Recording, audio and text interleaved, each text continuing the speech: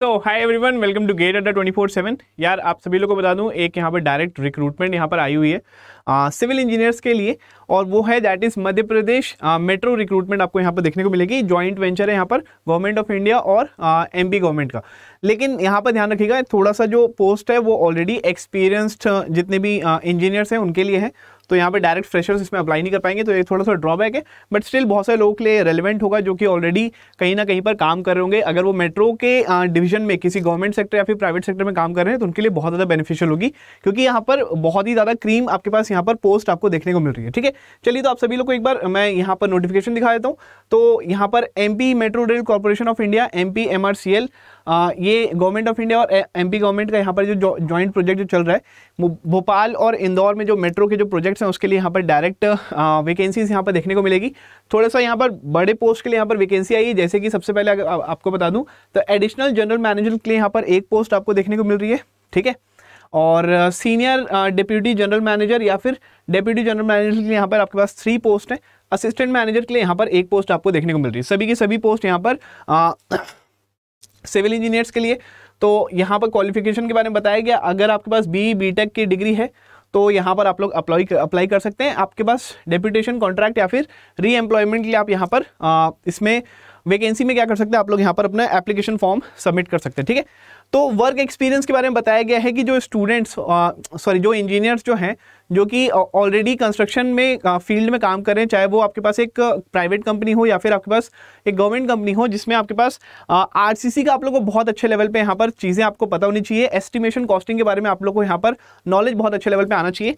तो ये उसको डिजायर्ड यहाँ पर वर्क एक्सपीरियंस के बारे में बताया गया है। तो थोड़ा सा हम यहाँ पर इसके बारे में बात कर लेते हैं। ठीक है, यहाँ पर आप देखिएगा कॉन्ट्रैक्ट डेप्यूटेशन रीएम्प्लॉयमेंट का मीनिंग ये है कि अगर आप ऑलरेडी किसी कोई वेंचर में काम कर रहे हैं, अगर आप गवर्नमेंट ऑफ इंडिया में किसी मेट्रो प्रोजेक्ट में काम कर रहे हैं या फिर आप कोई प्राइवेट में भी अगर आप किसी मेट्रो प्रोजेक्ट में काम कर रहे हैं, तो आप यहाँ पर रीएम्प्लॉयमेंट के लिए आप क्या कर सकते हैं, यहाँ पर इसको एप्लीकेशन को फिल कर सकते हैं। मतलब अगर आपने एक जगह पे दूसरी जगह स्विच करना चाहते हैं तो वो भी पॉसिबल है।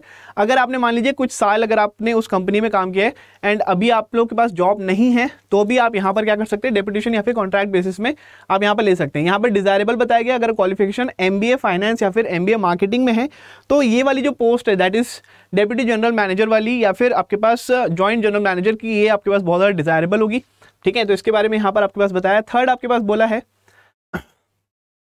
डेप्यूटी जनरल मैनेजर में अगर आप लोग के पास ग्रेजुएट हो एनवायरमेंटल इंजीनियरिंग के लिए। ठीक है, और अगर आपने पोस्ट ग्रेजुएट किया है किसमें, दैट इज एनवायरमेंटल साइंस या फिर इक्विवेलेंट में, और अगर आपके पास BTech है फ्रॉम एनवायरमेंट डिवीजन, तो भी आप यहाँ पर क्या कर सकते हैं, अप्लाई कर सकते हैं। ठीक है, तो ये उसका वर्क एक्सपीरियंस के बारे में बात किया। यहाँ पर अगर हम देखेंगे तो जो एज लिमिट के बारे में बताया, मैक्सिमम 45 ईयर्स आपके लिए डिफरेंट पोस्ट के लिए बताया, मैक्सिमम 50 ईयर्स भी यहाँ पर बताया गया, 60 ईयर्स भी अगर आप किसी उसमें आते हैं। ठीक है, अगर आप किसी रिजर्वेशन कैटेगरी में आते हैं तो वहाँ पर 60 ईयर्स तक भी आप यहाँ पर अप्लाई कर सकते हैं। तो देखो ये मैक्सिमम लिमिट बताऊँ 45-50 ईयर्स जो मैं बता रहा हूँ, मैक्सिमम लिमिट के बारे में बात करो। आप एक बार गो थ्रू कर लीजिएगा इस पूरे नोटिफिकेशन को। लेकिन अगर आप मान लीजिए 30 ईयर्स के हैं, 35-40 ईयर्स के हैं, तो भी मैं चाहता हूँ कि आप सभी लोगों को बता दूँ कि आप यहाँ पर अप्लाई कर सकते हैं। ठीक है, जो पोस्ट है बहुत अच्छी पोस्ट है। अगर आप इसका सैलरी वगैरह देखेंगे तो बहुत अच्छी सैलरी है, पे स्केल बहुत अच्छा है। ठीक है, जनरल मैनेजर के लिए यहाँ पर 1.2 लाख से 2.8 लाख तक का यहाँ पर आपके पास बताया गया क्या इसका सैलरी पे स्केल बताया है। एडिशनल जनरल मैनेजर के लिए यहाँ पर बोला है दैट इज 1 लाख से 2.6 लाख तक। ठीक है, एंड जॉइंट जनरल मैनेजर के लिए बोला है 90,000 से 2.4 lakh. Senior deputy general manager के लिए यहाँ पर बोला है 80,000 से 2.2 लाख। डेप्यूटी जनरल मैनेजर 70,000 से 2 लाख। मैनेजर के लिए 60,000 से 1.8 एंड असिस्टेंट मैनेजर के लिए बोला गया यहाँ पर 50,000 से 1.6। ठीक है, तो इसके आगे का जो डिटेल नोटिफिकेशन है एक बार आप लोग गो थ्रू कर लीजिएगा। इसका PDF यहाँ पर आप लोग को लिंक पे मिल जाएगा। आप लोग चाहते हैं तो इस PDF को आप लोग डाउनलोड कर सकते हैं, और आप लोग के लिए अगर बेनिफिशियल रहा तो डायरेक्टली आप यहाँ पर ईमेल कर दीजिएगा अपना सारे अटैचमेंट के साथ जो भी इसमें बोला गया है, और वहां से अगर आपके पास कॉल लेटर वगैरह आया तो आप इंटरव्यू के लिए वहां पर एलिजिबल हो जाएंगे। नंबर ऑफ कैंडिडेट्स कितना बताया, ये सारी चीज़ डायरेक्टली मेंशन नहीं है, लेकिन अगर आप लोग एलिजिबल रहे, अगर आपका CV पसंद आया तो डेफिनेटली आप यहाँ पर एक्सपेक्ट कर सकते हैं कि आपको वहाँ पर ईमेल इन लोग यहाँ पर रिस्पॉन्ड करेंगे। ठीक है, सो दैट्स इट। मिलते हैं अपन फिर कोई नए अगर वैकेंसी आएगी तो डेफिनेटली हमारा जो चैनल है गेट अड्डा 24/7 सबसे पहले हम लोग यहाँ पर अपडेट करते हैं। तो जितने भी यहाँ पर अभी अच्छे अच्छे जो जॉब्स आएंगे, जो कि स्टूडेंट्स, जो कि डायरेक्ट फ्रेशर्स यहाँ पर रिक्रूटमेंट जो होगी, वो सारी चीज़ें भी हम यहाँ पर कवर करेंगे। तो आप सभी लोग हमारे चैनल को सब्सक्राइब कर लीजिए। मिलते हैं अपन फिर नेक्स्ट सेशन में। Bye bye everyone, take care and see you.